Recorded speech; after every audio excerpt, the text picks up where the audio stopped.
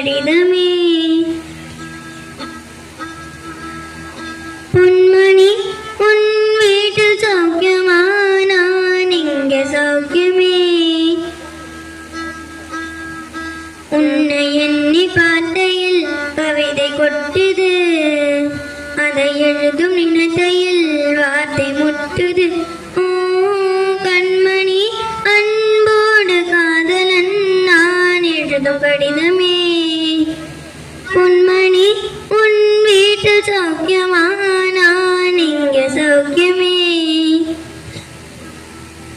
உன்னை எண்ணி பார்த்தையில் கவிதை கொட்டுது, அதை எழுதும் நினைத்தையில் வார்த்தை முட்டு